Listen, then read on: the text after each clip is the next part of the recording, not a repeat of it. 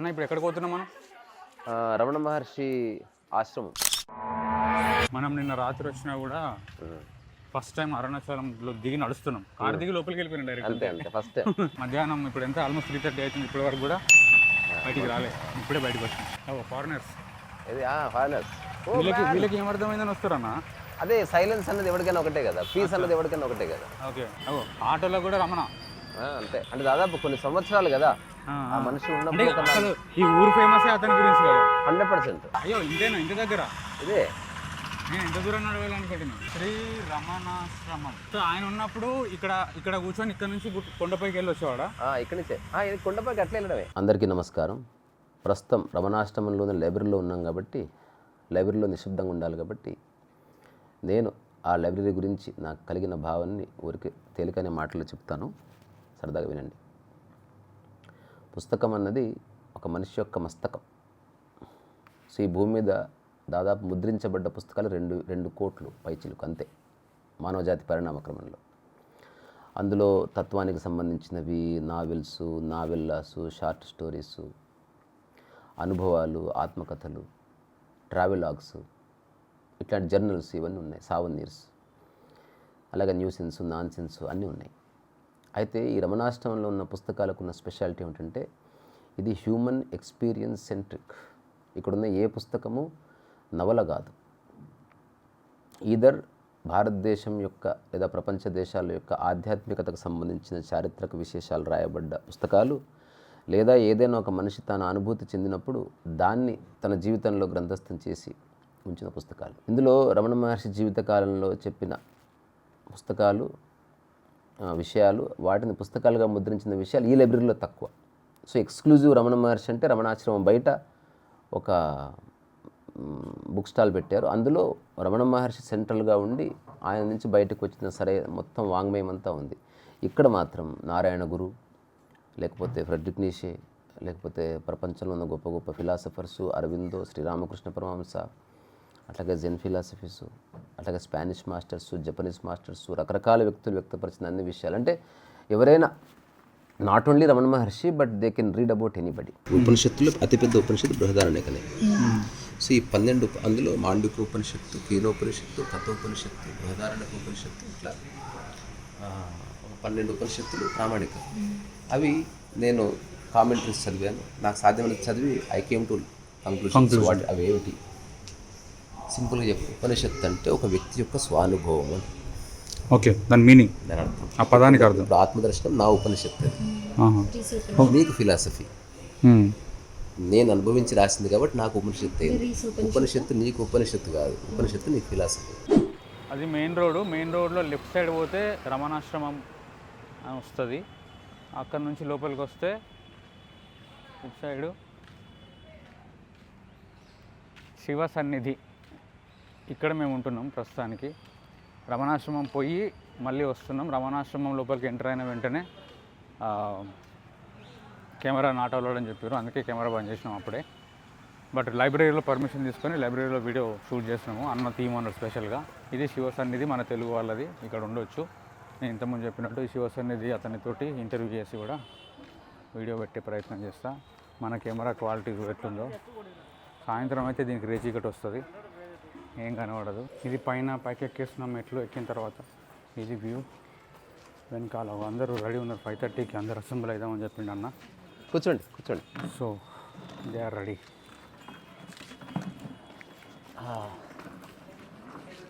ఎంతసేపు అయింది వచ్చి? హాయ్, ఇది అరుణాచల కొండ. దీని ముందే మన రూమ్స్. ఎంత బాగుంది. హాయ్, హలో, సీరియస్ కాకు, సుమ్మా ఇరు, కూర్చోండి. హాయిగా. ఎప్పటి నుంచి ఉంటున్నారు ఇక్కడ? అంటే సాయి రమణీయం అనే బుక్ రాసిన ఈయనే కదా. ఈయన అద్భుతంగా రాస్తారు. ఆయన్నే, నాకు అర్థమైంది. నేను చాలాసార్లు సాయి రమణీయం గురించి చెప్పాను. అంటే ఈయన ఎవరో నాకు తెలియదు కానీ చాలా బాగా రాస్తున్నాడు, ఉన్నది ఉన్నట్టు చెప్తున్నాడు. అచ్చా, తీసుకొచ్చేది అవునా? నేను ఆయన ఒకసారి కలుసుకోవాలని నా ఇచ్చ. ఒకవేళ అందజేయగలిగితే చెప్పండి, ఇట్లా అనుకుంటున్నాడు. He wants to. చెప్పారు, బట్ ఏదన్నా చెప్పాను బట్ నాకు నెంబర్లు అట్లాంటివి ఏం తెలియదుగా. అలాగే అలాగే. అప్పుడు మీ వయసు ఎంత ఊరికి ఆ కారణం అడుగు. అచ్చా, ఓకే ఓకే. ఈమె ఓషో గారి దగ్గర ఉండేనంట. ఇందాక హరీషాన్నతో చెప్తున్నాను, అప్పుడు వీడియో తీయలేదు, మళ్ళీ ఇప్పుడు తీస్తున్నాం. ఇప్పుడు ఇందాక వీడియోలో ఓషో దగ్గర ఉన్నది ఒక ఆమె అని చెప్పి చూపించినాం కదా, ప్రేమానందిత. ఆ అమ్మతోటి కూడా ఇంటర్వ్యూ చేసినాము, అది కమింగ్ వీడియోస్లో వస్తుంది. కానీ ఈ లొకేషన్ మాత్రం చాలా బాగుంది కదా. మనం ఎక్కడికి వెళ్ళినా ఇది కనిపించట్లే, ఇక్కడ ఉన్నట్టు కరెక్ట్గా అనిపిస్తుంది. ఒక ఈ రెండింటి మధ్యన ఒక ఫ్రేమ్ లాగా.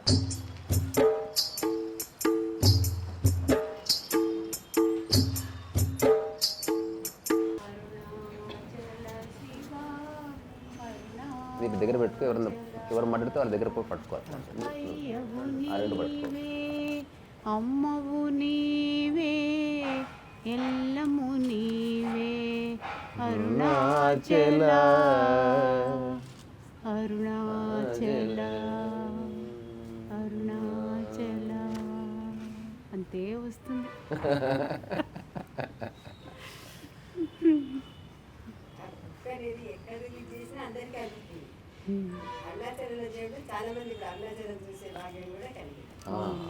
అంటే ఇది ప్లేస్ స్పెసిఫిక్ కాబట్టి ఇక్కడికి వచ్చాను.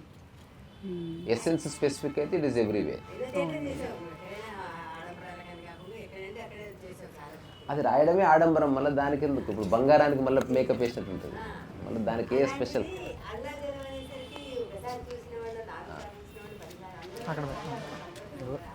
మాట్లాడుతూ వాళ్ళ దగ్గర ఓకే. ఇప్పటికి చాలా మందికి అందాయి కూడా. ఇప్పుడు ఈ అరుణాచలం అనే దీనికి ఒక చిన్న స్పిరిచువల్ అండర్స్టాండింగ్ చెప్తే ఎవరికి వాళ్ళు ఊరికి ఆలోచించుకుని ఏదైనా చెప్తే చెప్పండి. అదేంటి అంటే, ఇప్పటికి చాలాసార్లు చెప్పినది, ప్రకృతి ప్రపంచం అనే కాంటెక్స్ట్లో ప్రకృతి పరంగా ఉన్నది అరుణాచలం అని. ఈ ప్రపంచంలో ఉన్న అన్ని దేశాలు అరుణాచలంలో భాగం అనుకుంటే సరిపోతుంది. ఇప్పుడు ఎక్కడున్నా శివ సన్నిధిలో ఉన్నట్టే కదా, అట్లా ఎక్కడున్నా అరుణాచలంలో ఉన్నట్టే అమెరికాలో ఉన్నప్పటికీ. తద్వారా నీకు కనెక్షన్ మిస్ అవ్వదు. అది స్పిరిచువల్ అండర్స్టాండింగ్. అప్పుడు నువ్వు ఇక్కడికే రానవసరం లే, ఎందుకంటే ఈ కొండ ఏదైతే కనెక్ట్ అయి ఉందో అది మన ఊరికి కూడా కనెక్ట్ అయ్యి ఉంది. ఇది ఒక్కసారి అర్థమైతే ఇక ప్లేస్ అనేది పక్కకు జరుగుతుంది.